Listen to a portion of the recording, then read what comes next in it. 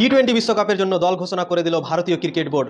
তো কে চান্স পেলেন আর কে চান্স পেলেন না এই দলে, তো ফাটাফাট আমি আপনাদেরকে বলে দিচ্ছি। মেন স্কোয়াডে 15 জনের নাম ঘোষণা করেছে এবং রিজার্ভের জন্য রেখেছেন 4 জনকে। তো মেন স্কোয়াডে কে আছেন ফাটাফাট আমি আপনাদেরকে বলে দিচ্ছি। তো সবের প্রথমে হচ্ছে রোহিত শর্মা, যিনি টিম ইন্ডিয়ার ক্যাপ্টেন। 2 নম্বরে হচ্ছে এসএসবি জয়সওয়াল আইপিএলের আগে দারুণ ক্রিকেট খেলছিলেন, দারুণ ছন্দে ছিলেন তিনি, কিন্তু আইপিএলের শুরুতে তিনি ভালো পারফরমেন্স করতে পারেনি। প্রায় 5-6টা ম্যাচ তার বেকার গিয়েছিলেন, কিন্তু সেই কামব্যাক করেছেন। সেই এসএসবি জয়সওয়াল সেঞ্চুরি করেছিলেন, দিয়ে আবার সেই ফর্মে ফিরেছেন, আর সেই ফর্মের জন্যই হয়তো আবারও জায়গা পেয়েছেন সেই এসএসবি জয়সওয়াল। 3 নম্বরে হচ্ছে বিরাট কোহলি। অনেক কথা চলছিল বিরাট কোহলির ব্যাপারে, কি বিরাট কোহলি স্ট্রাইক রেট কম, তাকে চান্স দেওয়া উচিত না।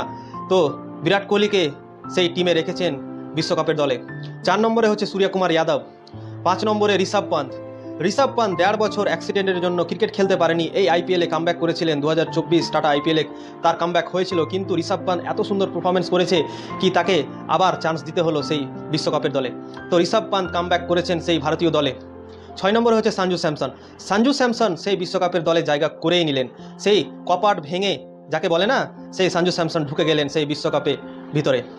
তো সঞ্জু স্যামসন, কংগ্রাচুলেশন তোমাকে, তুমি আবারও সেই এত সুন্দর ক্রিকেট খেলার জন্য তোমাকে প্রাধান্য দিয়েছে সেই ভারতীয় ক্রিকেট বোর্ড।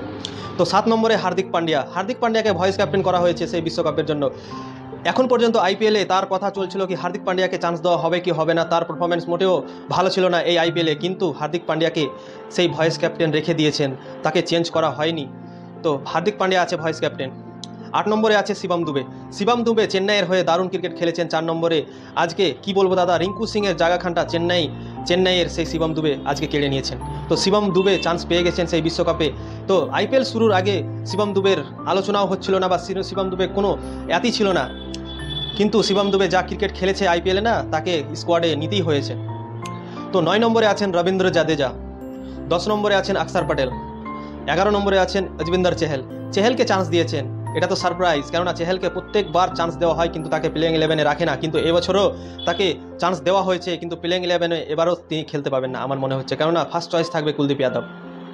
তো 12 নম্বরে আছেন কুলদীপ যাদব, আর 13 নম্বরে আছেন হর্ষদীপ সিং। 14 নম্বরে আছেন জসপ্রীত বুমরাহ, আর 15 নম্বরে আছেন সেই মোহাম্মদ সিরাজ। আর রিজার্ভ প্লেয়ারের কথা যদি বলা যায়, রিজার্ভ প্লেয়ারে 4 জনকে রেখেছেন। সেই রিজার্ভে রেখেছেন শুভমান গিল, রিঙ্কু সিং, খালিল আহমেদ আর আবেশ খান। তো রিঙ্কু সিং সেই দারুণ ক্রিকেট খেলে আসছিলেন আইপিএলের আগে, তার জায়গাটা বিশ্বকাপের জন্য পাক্কা ছিল, কিন্তু রিঙ্কু সিং সেই বিশ্বকাপের মেন দলে চান্স পেলেন না, তাকে রিজার্ভে রাখা হয়েছে। মেন দলের যদি কেউ চোট হয় বা কোনো কিছু প্রবলেমের জন্য স্কোয়াড থেকে বের হয়ে যায়, তার পরিবর্তে রিঙ্কু সিং হয়তো ঢুকতে পারে, কিন্তু এখন পর্যন্ত তিনি মেন স্কোয়াডে তার নাম আসেনি। তো রিঙ্কু সিংকে বিশ্বকাপে দেখতে পাওয়া যাবে, কিন্তু সেই বেঞ্চে বসে থাকা অবস্থায় তাকে খেলতে দেখতে পাওয়া যাবে না। যদি কোনো প্লেয়ার চোট হয়ে যায় তাহলে রিঙ্কু সিংকে হয়তো চান্স দেওয়া হবে, কিন্তু রিঙ্কু সিংয়ের কথা কি বলবো। রিঙ্কু সিং আইপিএল শুরুর আগে একদম কনফার্ম ছিলেন কি তিনি চান্স পেয়ে যাবেন সেই বিশ্বকাপের স্কোয়াডে, কিন্তু শিবম দুবে যা ক্রিকেট খেলেছে সেই আইপিএলে তাকে শিবম দুবে সেই রিঙ্কু সিংয়ের জায়গাটাকে আজকে কেড়ে নিল।